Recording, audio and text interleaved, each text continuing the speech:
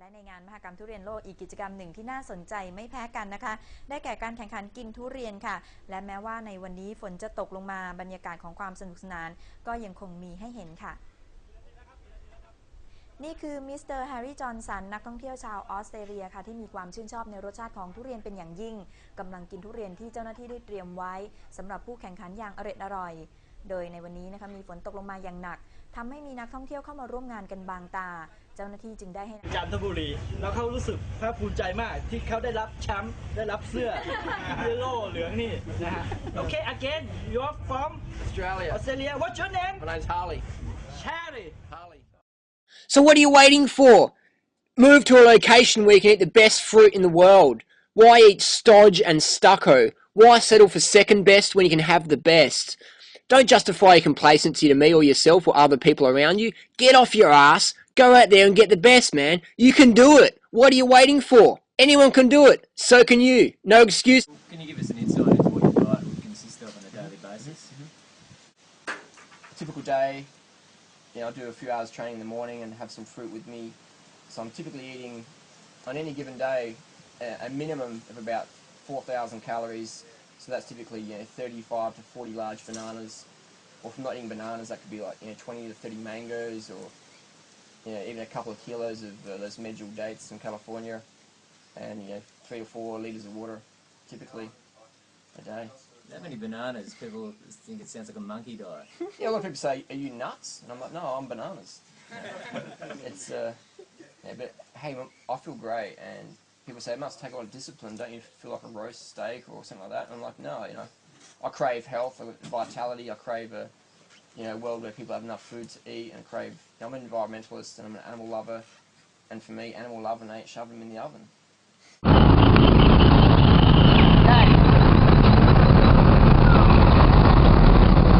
Where are we today, Durianrider? We are at the World Durian Festival in Chanthaburi, Thailand. Let me just park my bike.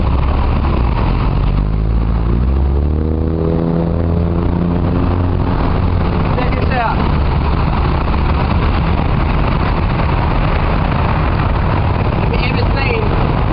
Have you ever seen a durian so big? And look at the top hanging. There's mountains of durian. I keep looking for durian that big, but I just can't find one. But what I have got in the trailer here, I've got a selection of some local organic fruits. What varieties? This is Gudum. This one cost me 50 cents US, and it's still not ripe yet. It's about 24 hours away. Montong. Oh my god, that's big. This is the big mama.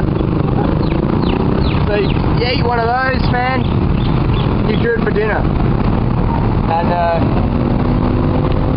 the idea behind the trailer is I can carry my fruit. I don't need a car or a motorbike to get my fruit around. And in Thailand, we get these big plastic bottles and you can refill them at some local water depots. So that way you're minimising your use of plastics. Life's too short to keep your mouth shut. Speak from the heart. Make every moment count. Life's just too boring and dull otherwise. Harley, how do you keep a six-pack all year long? How do you stay ripped all year long? What is your secret? Firstly, I don't have a ripped ab all year long. More so when I'm doing a lot of racing. My body fat levels drop down a bit. For me, I don't aim to stay ripped all year long, because why? Because no animal in nature stays the same body fat percentage all year long. I've trained with some of the top cyclists in the world, and I'll tell you now that these guys' body weight fluctuates, up and down in the year. I know Lance only holds his lightest body weight for 4 weeks of the year, and that's in July for the Tour de France. He says that any more than 4 weeks, it's just too much on his immune system. And he can't hold that fitness, that high-intensity fitness, for more than 4 weeks of the year. 4 weeks. So people are trying to, maintain this super cut, razor-edge, shredded, and, refined physique 52 weeks of the year, and not even the hardest of the hard super trainers, super dopers like Lance Armstrong can do it for 4 weeks. So we can see the impossible standard that people are ignorantly trying to maintain, and they're wondering why they're going crazy when they try and maintain this 52 weeks of the year, ripped, rock solid, 10-pack, roadmap veins in your legs sort of physique. Talk to champion bodybuilders. They're only super cut for 1 week of the year, maybe 2 weeks of the year. You know, for 2 competitions a year, they're super cut, and the rest of the time, they've got a bit of coating on them. When you walk past the magazine aisle and you see the Men's Health magazine with the model on the front with the airbrushed abs and the photoshopped abs and all that, people assume that that man, that person, that woman, they're like that all year round. It's like, no way, you know what I mean? No way.